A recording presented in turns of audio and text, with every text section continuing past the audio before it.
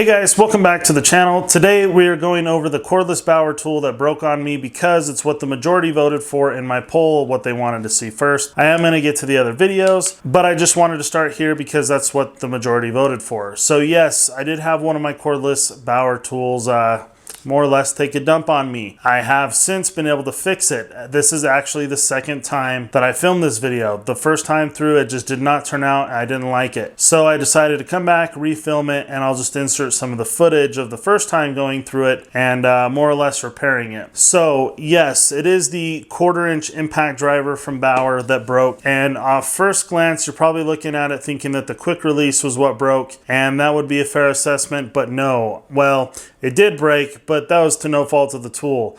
When I was tearing it apart, I couldn't see, for whatever dumb reason, I couldn't see a way to remove the thing, and I thought the thing was toast anyway, so I basically just pounded the anvil out of the head of the impact here, and that resulted in the quick release being broken off. So yes, I did already go out and buy a replacement for this Bauer tool, but I actually got this one working again in the last video. Well, it was already semi-working when I started the video, but it sounded really rough, and I'm going to talk a little bit about that. But I did go out and buy a replacement, and I guess that's fine because I still don't have the quick release to this. I'm going to talk about how I hope I can fix this a little bit later on in the video. So here's the story. Basically, I was using this impact when I was working on my shed. For those of you that watched my building a shed out of scrap metal and junk, basically.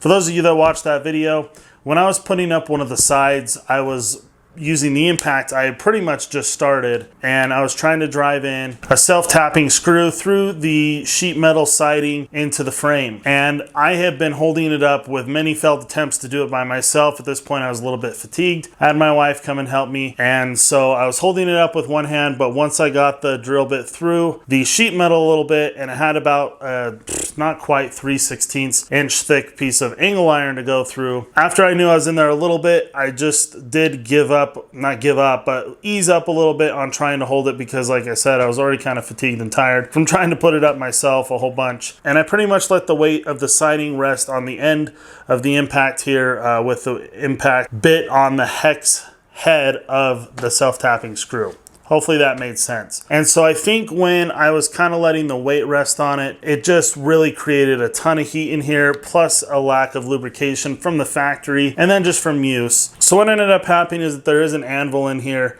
and basically it just rides inside the head here on what I think might be a bushing in there. I'm having a really hard time seeing it. Either I wore it out and that's what ended up freezing up because it got too hot. Well, when it actually broke, I took it apart, and this was just stuck frozen in there. When I'd pull the trigger, the impact would just hammer on itself with no load on it because this was frozen in there so hard. So what I did was I just took some penetrating fluid and I just sprayed it inside of the impact here and left it alone for a little bit.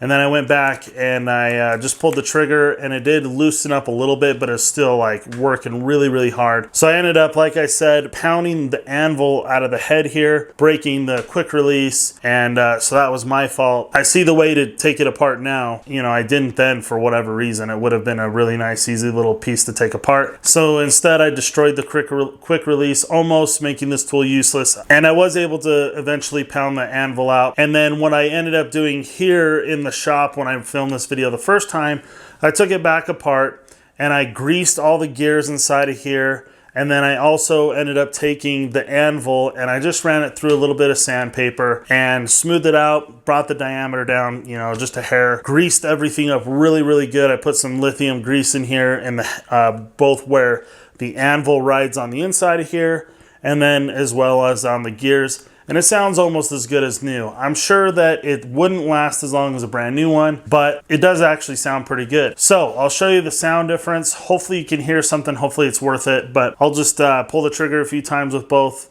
drills. This is the brand new one.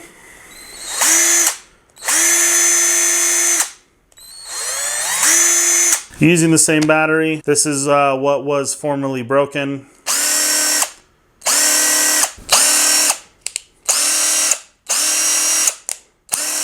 So that's interesting. It actually does sound like there's a little bit of drag still on this. So it's definitely not perfectly fixed, but I was able to get it freed up. Now, the way I think I'm gonna just get by without trying to find parts and replacing the quick release on this thing is I'm just going to find a little strong magnet, similar to what they put in the hex head impact bits, and see if I can't just glue it down there a little bit to help hold in bits when I use this impact, so I can hold little extensions and whatever bits I fit inside of it and keep them from falling out. I'm not sure how well it's gonna work. Obviously, it still doesn't sound super healthy. I am gonna try and make it work and last as long as I can. So what does this mean about how I feel about Bauer or the platform in general? So basically, the really bad thing is that I haven't used this impact a ton. That's actually why I haven't done a review on it, is because I haven't, number one, collected very much footage. Number two, I've probably used it, I don't know, 4 or 5 times more for every one time I've actually filmed myself using it. But it just hasn't seen good, hard work and just extended use times and just not a lot of time, period. So that's actually what's really disappointing, is that of all these Bauer tools I have, you know, they seem to perform, I don't know, 50 to 90% as well as the really big name brand offerings of the same type of tool for usually, I don't know, 25 to 50% of the price, depending on what you're buying. So I still think that there's a ton of value in them, but this really was disappointing. And the worst part is that I'm gonna throw in a picture here, and I'm not the only person that's had this. There's another guy I just read in one of my Facebook groups today. He was saying that he also had his 1/4" Bauer Impact freeze up on him. He gave him 0 out of 10 stars. So I think the impact designs are actually all pretty similar across the Bauer lineup. I'm pretty sure that they probably just use almost the exact same motor and molding and everything as the 1/4" Impact. For the 3/4" Impact, they just maybe changed the gearing up a little bit, and they also just put a different anvil and attachment end sticking out of the end of the impact there. That's the way it seems to me. I've not tried to change them. I don't have any reason to. At the very least, maybe a subpar design of where the anvil rides up there on the head of the impact. Either they need to get like a replaceable brass bushing in there, or they could just make the end of that head a little bit bigger and maybe put in a bearing. I'm not an engineer. I'm not sure how it would work, but it seems like it would be better off than just steel riding inside of aluminum with some grease in there, especially when it gets hot and that grease starts to flow out a little bit. So kind of rolling it back, how am I feeling about Bauer? Still pretty optimistic about it. This definitely is a kind of a bad experience with this impact. Pretty happy with everything else. I do have a drill with a clutch issue, but I haven't really even looked into it yet. And honestly, it's the first generation. The second generation seems like they're head and shoulders better than the first generation. I don't know. Could just be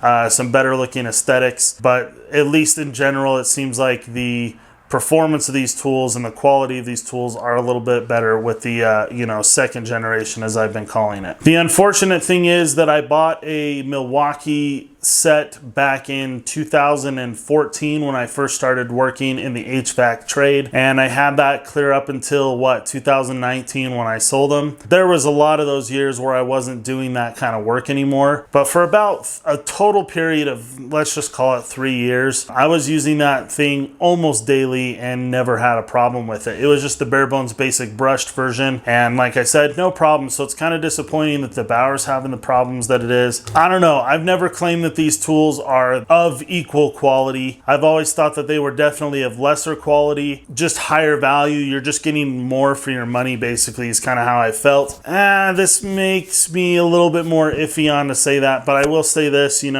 we're just going to keep seeing how this goes. I am in the business of reviewing tools, and it really wouldn't break my heart if some of these heavier use tools like your drills, impacts, sawzalls, and grinders, if I just kind of went back into the Milwaukee line with them, and some of these other tools that I use a lot less often, like my impacts and things like that, lights, blowers, other saws, things like that, I just kept using with the Bauer. It depends on how it works. I'm also interested in the Cobalt line. Channel's growing, and I am getting money in that I, eventually, not for a little while longer, but eventually feel like I just like to put it back into the channel to buy products specifically for videos. I've done that a few times with some really cheap Warrior tools from Harbor Freight, But anyway, this is getting to be a pretty long-winded video. Hopefully you're still with me, and if you are, I really appreciate you watching. And if you're not a subscriber already, I really hope that you'll go down and click the subscribe button. And as always, give this video a big thumbs up to help me with the YouTube algorithms. I hope to see you in the next video.